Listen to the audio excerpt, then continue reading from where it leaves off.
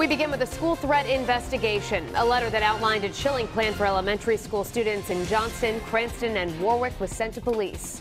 And now, while investigators say they have not determined any validity to the threat, they are actively trying to track down the source of the letter that mentioned beheading. Each school has extra officers on campus for the rest of this week, but many parents still chose to keep their kids home today. We have in-depth coverage for you tonight. Eyewitness News reporter Susan Campbell has information about the letter.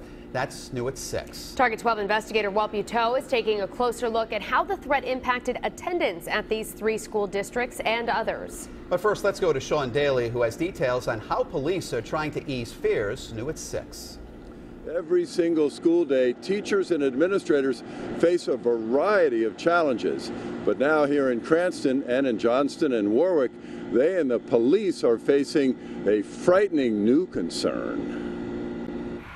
Armed police officers on patrol at each and every school in Johnston, Cranston, and Warwick. A new day has dawned in Rhode Island. I was in constant communication yesterday with the other 2 superintendents, and we decided that we would open. We'd have a normal day. A normal day only if an armed police officer at every school in 3 of the largest communities in Rhode Island is considered a new normal. The heavy police presence is in response to a frightening letter threatening physical harm to students at elementary schools in the 3 communities. Investigators are still trying to figure out who wrote the letter. I think anytime anybody sees a police officer in uniform standing outside at a location, it's reassuring to the public that, there's a presence there. And it's also a deterrent if anybody ever thought to do something. The anonymous threat is making some people jittery. Cranston's superintendent of schools is focusing on allaying their fears. We have staff in the building, social workers, psychologists, who can certainly, if a child is anxious or upset, we will certainly talk to them and share that with their parents.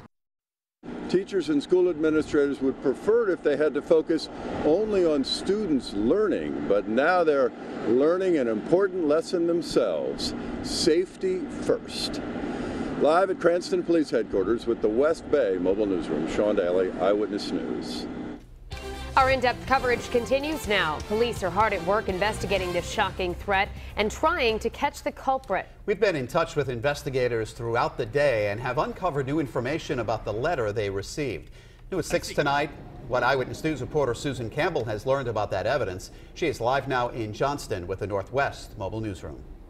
I just spoke with Johnston police. They tell me that letter is 1 page long. They say it's handwritten, and they say right now it's being evaluated at the crime lab.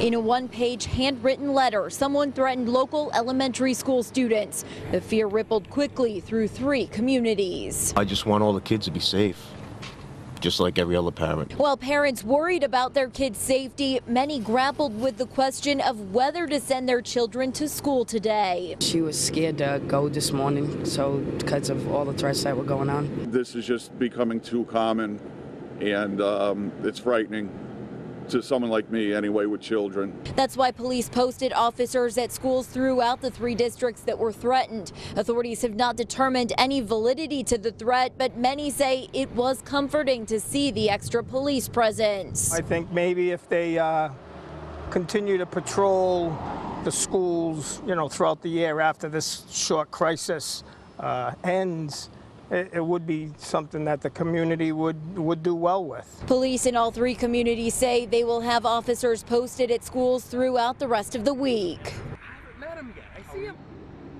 Johnston police tell me they didn't have any problems at any of the schools today, and again, they have said over and over again today that they believe students are safe and that the extra police is just to be safe.